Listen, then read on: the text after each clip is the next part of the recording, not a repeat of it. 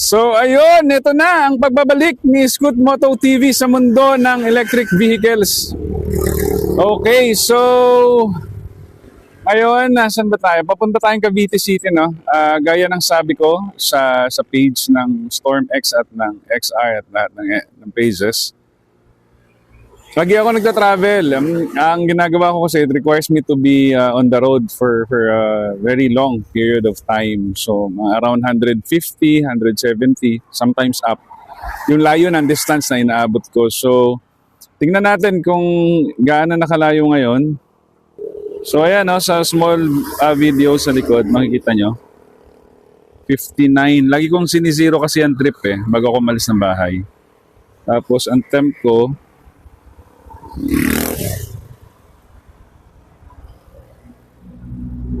yan. So habang nagpapababa tayo ng temp, actually maganda naman yung temp ng bato at saka ng controller pati ng motor hub. So dito ko na i-discuss, dito na natin sisimulan yung pagbabalik ko. Ang init, no? Ang init. Nasa ano kasi ako yun. Sa gitna ako ng daan. So tatry ko, no, mag sobrang daming questions sa pages ng mga EVs. So ang plano ko is mag-discuss ng isang topic, no, mga technical topics, one at a time siguro. Try natin 3 times a week.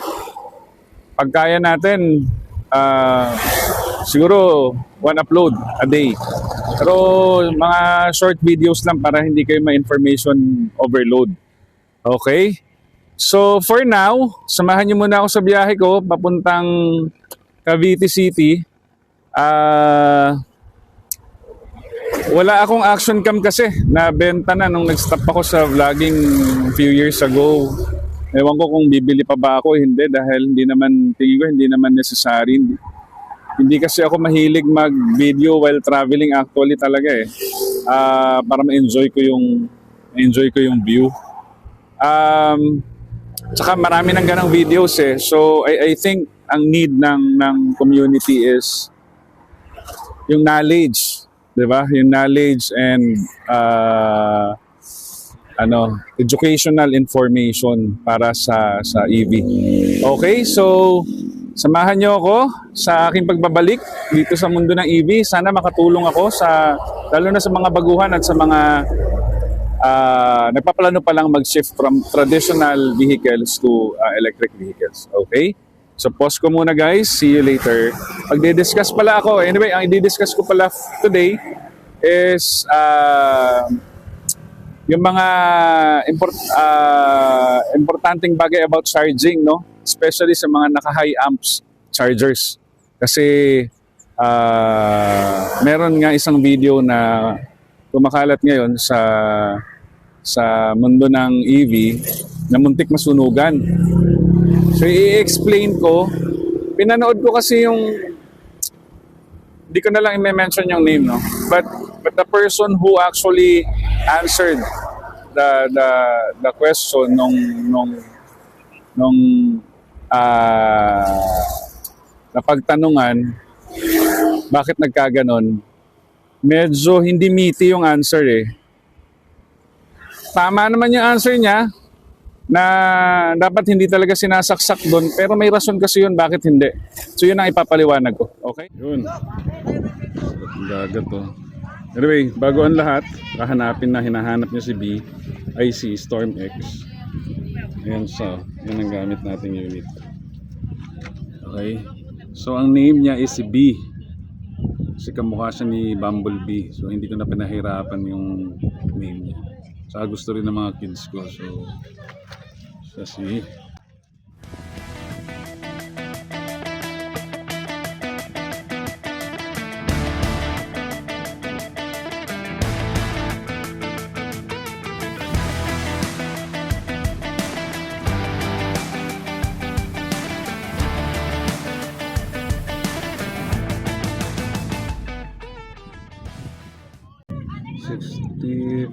.52 at saka 37. So okay ang mga temp na yan.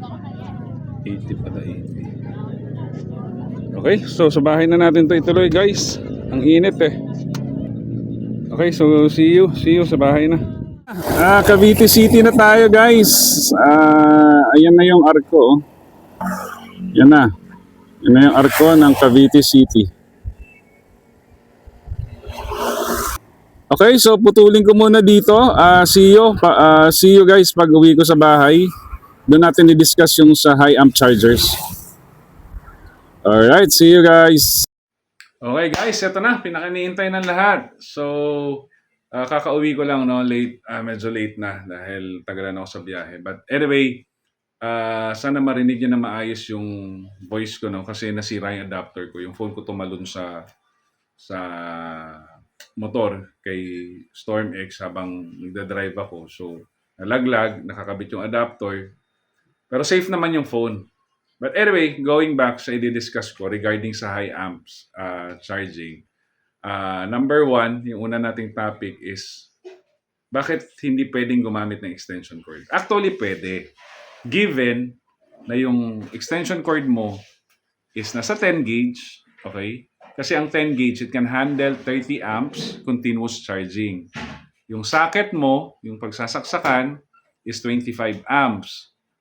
Yung plug mo is 25 amps din. Kasi bakit? Pag 10 amps lang ang plug mo at ang cable mo is rated 25 amps, iinit ito. Iinit itong plastic ng socket. Okay? So, magkukos yun ng sunog, obviously. Pati yung plug mo. Pag yung plug mo 15 amps or 10 amps lang, madaling iinit yun. Pag hindi mo na-notice, magme-melt yun. Mag-short. Okay? So, magdidikit yung wire. Diyan na magsisimula. Alright, so pangalawa, bakit hindi pwedeng i-direct sa socket? Pwede rin actually. Kaya lang may certain, ano bang tamang term? Requirements. Okay, so siguro tawagin na lang nating requirements bago ka magsaksak directly sa socket. Or, shall I say, may mga guidelines kang dapat tingnan or i-check bago ka magsaksak directly sa socket, okay? So ngayon, ipapakita ko ng actual sa inyo. Di ba sabi ko nag-set up ako ng solar. So, ang solar ko nasa taas, nasa room ko. Nasa room namin ng wife ko kasi para na monitor ko yung mga watts or whatever na kailangan ko intindihin doon. So, ipapakita ko sa inyo kung ilan ang kinakain or ilan ang kinukonsumo na wattage ng charger natin na Storm X at saka kay XR. Kasi si XR at si Storm X parehas lang yan, naka 25 amps eh. Okay? So anyway, disclaimer lang, itong dinidiscuss ko is specific for NXT, Storm X kasi ang chargers, iba-iba ng behaviors. Okay? Like yung mga iba, cellphone chargers. Di ba? Let's say cellphone chargers, bumababa yan eh. Bumababa yan habang pataas na. Bumababa ang konsumo habang pataas na ang charge na, let's say nasa 90% na. Pag nasa 5% pa lang, mataas ang kinukonsumo niyan. Pag umabot na siya ng almost 100, no, 95 to bumababa na siya. Si Storm X, ang napansin ko, hindi bumababa. Okay? Continuous 25 amps pa rin. So, eto, pakita ko sa inyo, ha? So, ito, buksan muna natin, no?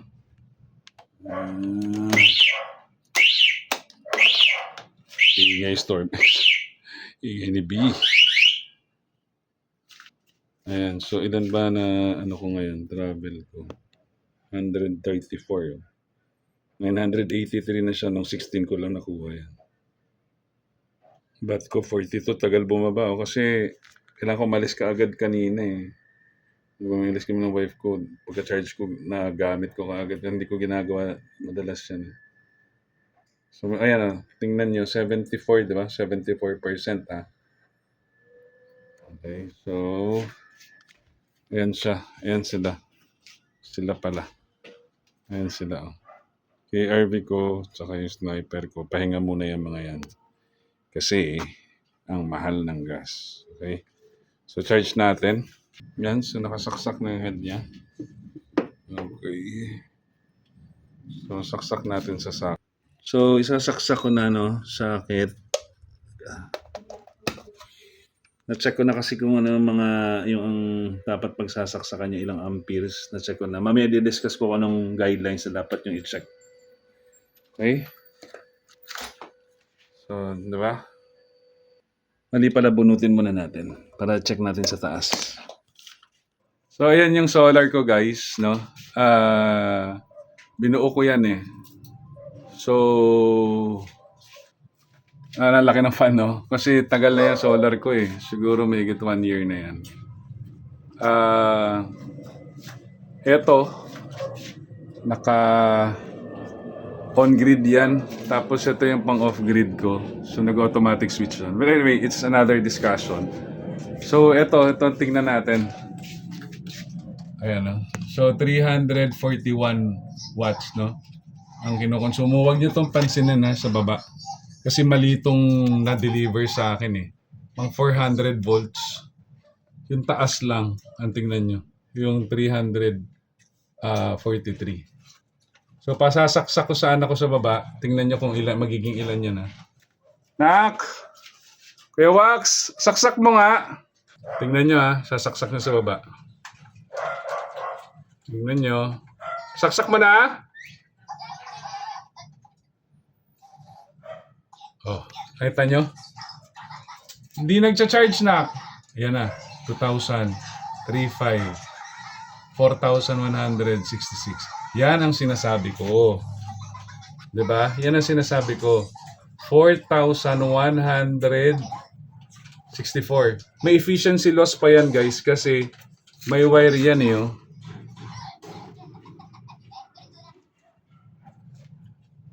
Yung sensor nito, nakakonect yan directly sa baba sa ano ko sa ano namin sa circuit breaker. So nakita nyo, 4,000, may efficiency loss pa yan ha. So siguro mga ilang percent. 'Di ba? 4,166.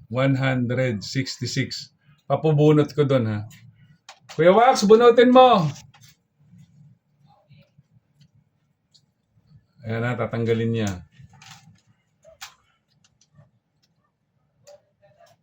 Oh, bumalik, 342. See? Okay, so balik tayo sa discussion, bababa ako. Teka lang ha. May gusto magpakita sa vlog.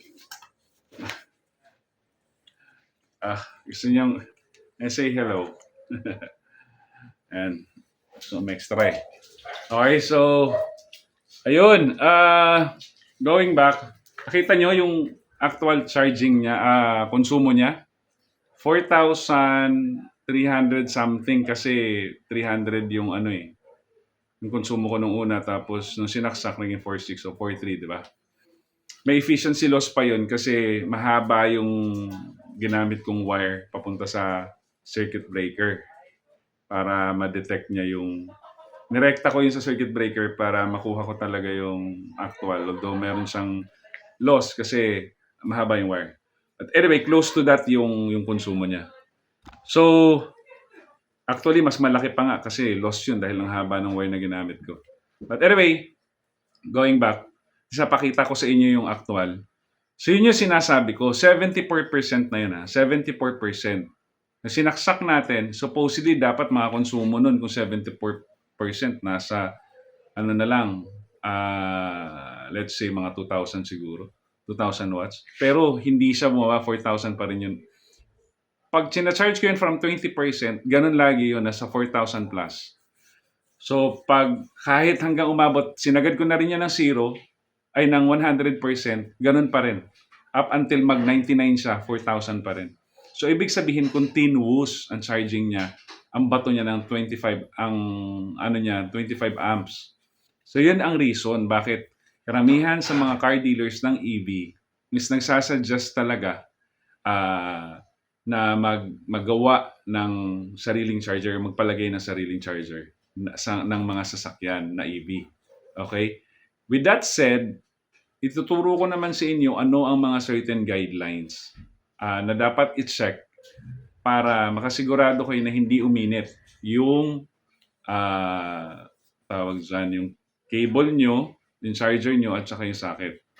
Okay, so hindi ko maalala kung mga 4 na steps lang or 3. So, okay, turo ko na sa inyo. So, ayan yung circuit breaker namin. No? Teka, madilim, gamitan natin flashlight. Yan, okay? Sa pansin nyo, may 20 amps, 20 karamihan. Tapos may 40 sa taas. Oh.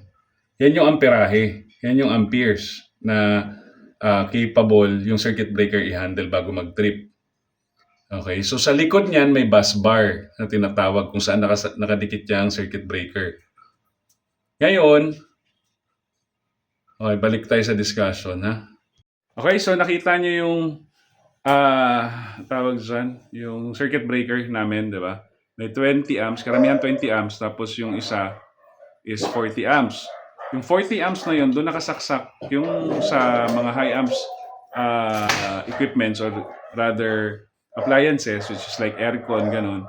Doon siya nakasaksak. Doon ko sinaksak yung charger. Kaya kahit lagi ako nagdadirect doon, hindi umiinit yun kasi mataas pa yung capacity niya. So let's say, yung aircon naka-on and hindi umiinit. Kasi 40 amps yun eh. 20 amps lang naman ang hinihigop. Yung aircon normally yung amperahe niya hindi naman consistent. Pero kung kukunin mo yung accurate niya, ano bang amps? Wattage divided by volts. Tama ba? So, 1,000 divided by 220 kasi 220. So, mga nasa 4.5 lang. Di ba? So, 4.5 amps lang ang nakukonsumo nun. Tapos iba yung TV, ganyan. So, maliit lang. So, may matitira pa siyang mataas na amperahe na continuous charging na hinihigop niya, hindi iinit ang tawag dyan, yung socket at saka yung chargers. Okay? So, yun yung rason, guys. Yun yung rason. Sana ngayon napaliwanag ko na in a very simple way bakit hindi pwedeng magsaksak directly. Or pwede naman magsaksak given na check yung guidelines. Okay?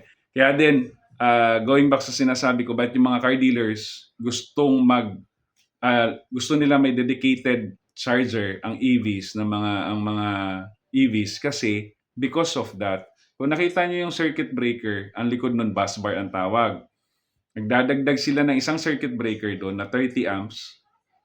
Yun ang gagawin nilang linya, kukunin nilang linya para ilagay doon sa dedicated chargers ng EVs. Okay? So yun, hanggang dito lang. Abangan niyo yung mga next videos natin. As much as I can, sasagot din ako doon sa pages.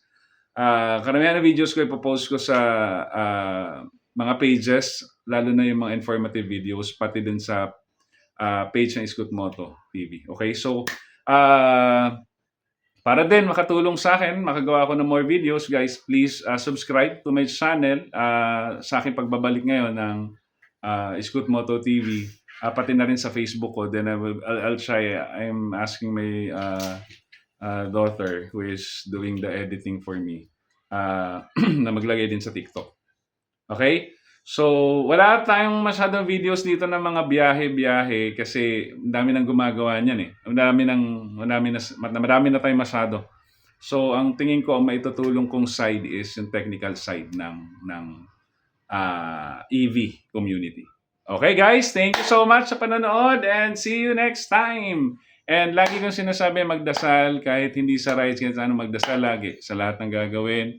Ipagdasal natin na gabayan tayo ng nasa taas. Okay? And then, kung may kaalaman, huwag ipagdamot, ipamahagi sa mga nangangailangan. Okay? So, yun lang guys. Thank you so much and see you on my next videos.